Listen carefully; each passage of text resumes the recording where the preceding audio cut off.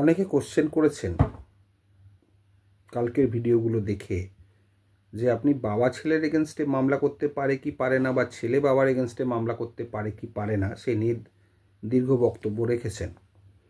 কিন্তু হাজব্যান্ড ওয়াইফের এগেনস্টে এভিকশনের মামলা করতে পারে কি না, অথবা ওয়াইফ হাজব্যান্ডের এগেনস্টে এভিকশনের মামলা করতে পারে কি না, সে সম্বন্ধে কিছু বলব। দেখুন, এটা কিন্তু খুব বিতর্কিত বিষয় এবং বলাটা আমার পক্ষেও একটু রিস্কের ব্যাপার হয়ে যায়। যাই হোক, একজন আইনজ্ঞ হিসেবে টপিকটা সুন্দর,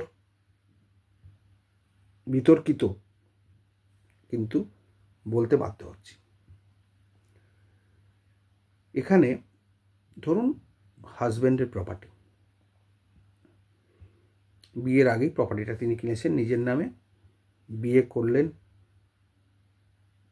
বৌমা ঘরে এলেন, তারপরে খটামুটি লাগলো, লঙ্কাকাণ্ড হলো, কুরুক্ষেত্র হলো, রামায়ণ হলো, ইত্যাদি ইত্যাদি হলো।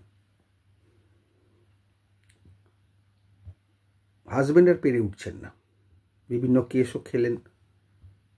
হাজব্যান্ডের হঠাৎ মাথায় এলো যে ওয়াইফকে এভিকশন করব। তিনি একটি কেসও ঠুকে দিলেন। এই কেসটা আমার কাছে এসেছিল। আমি বললাম যে এই ধরনের কেস করে কিন্তু আপনি জিততে পারবেন না। কারণ হচ্ছে হাজব্যান্ড ওয়াইফ সাত পাকে বাঁধা এবং পরবর্তীকালে রেজিস্ট্রি করা বন্ধনটা খুব শক্ত। তাকে উচ্ছেদ করা যাবে না। এইভাবে উচ্ছেদের মামলাটা তুলে নিন, নাহলে আপনার বিপদ আছে। তার কারণ হচ্ছে এখানে উচ্ছেদ হয় না, এখানে ডিভোর্স হয়।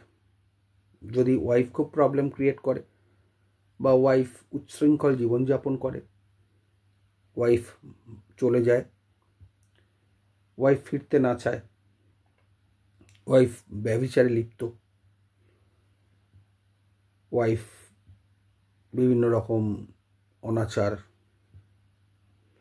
বা হাজব্যান্ডের বাবা মাকে ডিস্টার্ব করা, তাদের গালমন্দ করা, হাজব্যান্ডকে ডিস্টার্ব করা, গালমন্দ করা, অপমান করা, ইত্যাদি ইত্যাদি যদি গ্রাউন্ড থাকে, সেখানে এভিকশন স্যুট লাই করবে না, সেখানে আপনাকে ডিভোর্সের মামলা করতে হবে। This is the only ground. এবং ডিভোর্সের মামলায় জেতার পরে আপনাকে মেনটেন্যান্স দিতে হবে, মেনটেন্যান্স পেন্ডেন্টিলাইটি, এবং আফটার ডিভোর্স, যতক্ষণ না ওয়াইফের বিয়ে হচ্ছে। হ্যাঁ, এরপরে আপনি এভিকশন স্যুট করতেই পারেন। যদি ডিভোর্সের পরেও ওয়াইফ আপনার বাড়ি ছেড়ে না যায়, তাহলে কিন্তু আপনি এভিকশন স্যুট করতে পারেন। সেখানে ওয়াইফও পাল্টা মেনটেন্যান্সের মামলা করতে পারে এবং অন্যান্য স্টেপ নিতেই পারেন। কিন্তু এভিকশন স্যুট এইখানে লাইক করবে আফটার ডিভোর্স। এটা একটা আইনের ব্যাপার আছেই, কিন্তু বিফোর ডাইভোর্স এভিকশন স্যুট লাইক করবে না ওয়াইফের এগেনস্টে। ডিভোর্স করে দাও, রিলেশনশিপ ব্রেকআপ হয়ে গেল, আইনত যত বন্ধন ছিল ভেঙে গেল, বা ছিঁড়ে গেল, বা ছিন্ন হলো আইনত। তারপরেও যদি ওয়াইফ হাজব্যান্ডের বাড়িতে থাকে, সেক্ষেত্রে এভিকশন স্যুট লাই করবে। কিন্তু ডিভোর্স চলাকালীন বা বিফোর ডিভোর্স এভিকশন স্যুট ওয়াইফের এগেনস্টে লাই করবে না। ঠিক তেমনিভাবে যদি দেখা যায় ওয়াইফ সম্পত্তি ওয়াইফ নিজে কিনেছেন বা ওয়াইফের মা বাবার তরফ থেকে পেয়েছেন, হাজব্যান্ড ওয়াইফের কাছেই থাকেন, যেটা ঘর জামাইয়ের কনসেপ্ট, সেই রকম থাকেন, সেক্ষেত্রেও কিন্তু ওয়াইফ হাজব্যান্ডকে এভিকশন করতে পারবেন না, যদি হাজব্যান্ডের ওই মহৎ গুণগুলো থাকে, যেটা বললাম একটু আগে। এক্ষেত্রেও কিন্তু ডিভোর্সের ব্যাপার।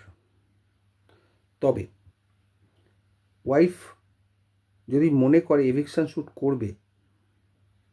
করতেই পারে, কিন্তু খুব একটা লাভবান হবে না। ডিভোর্সের স্যুটটা করাই বাঞ্ছনীয়, এবং ডিভোর্স পাওয়ার পরও যদি হাজব্যান্ড থেকে যায়, তাহলে অবশ্যই এভিকশন স্যুট লাই করবে, বা অন্য কোনোভাবে বার করা যেতে পারে। ভারতীয় আইন মেয়েদের প্রাধান্য দিয়েছে এবং দেওয়াটাই উচিত, যদিও এই আইনের অসৎ ব্যবহারই বেশি হয়েছে। ফলে 498 আগে ছিল নন বেলেবেল, এখন বেলেবেল, বেল পাওয়া যায়। আগে সে স্ট্রিক্টনেসটা নেই, কারণ এই আইনটা আনা হয়েছিল ওয়াইফকে বা বাঁচাতে কোনো রকম অত্যাচার অনাচার থেকে। কিন্তু এই আইনের অনৈতিক সুযোগ সুবিধাগুলো বহু ওয়াইফ নিয়েছেন, তার ফলে আইনটি কিন্তু পরবর্তীকালে বেলেবেল হয়ে যায়। এরপরে ধরুন যে ওয়াইফের যে এন্টাইটেলমেন্টগুলো আছে, ওয়াইফ মেনটেন্যান্সের মামলা করতে পারেন, যদি মেনটেন্যান্স না পান, অ্যালিমনি না পান, মামলা করতেই পারেন, এক্সিকিউশন কেস করতে পারেন।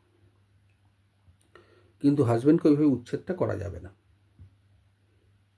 জিনিসটা একই, উচ্ছেদের মামলাটা করলেও করাতে পারে, কিন্তু খুব একটা লাভ হবে বলে মনে হয় না, যেহেতু আলাদা একটা রিকোর্স আছেই ডিভোর্সের মামলা করা। ডিভোর্স পেয়ে গেলে তারপর ওয়াইফ করতেই পারে মামলা, তাতে কোনো বার নেই। তবে এখন যা পরিবেশ পরিস্থিতি চলছে, সব কিছুই সম্ভব। 30 বছর 32 বছর প্র্যাকটিসের পর অনেক কিছুই দেখছি, অনেক জিনিস ভেবেছিলাম সম্ভব কোনোদিনই নয়, সেগুলোও সম্ভব হচ্ছে, চোখের সামনেই দেখতে পাচ্ছি। আইনও চেঞ্জ হচ্ছে সেইভাবে, পরিবর্তিত পরিস্থিতি মাথায় রেখে আইন প্রণেতাগণও আইন চেঞ্জ করছেন। আশা করি বোঝাতে পারলাম। ভালো থাকবেন।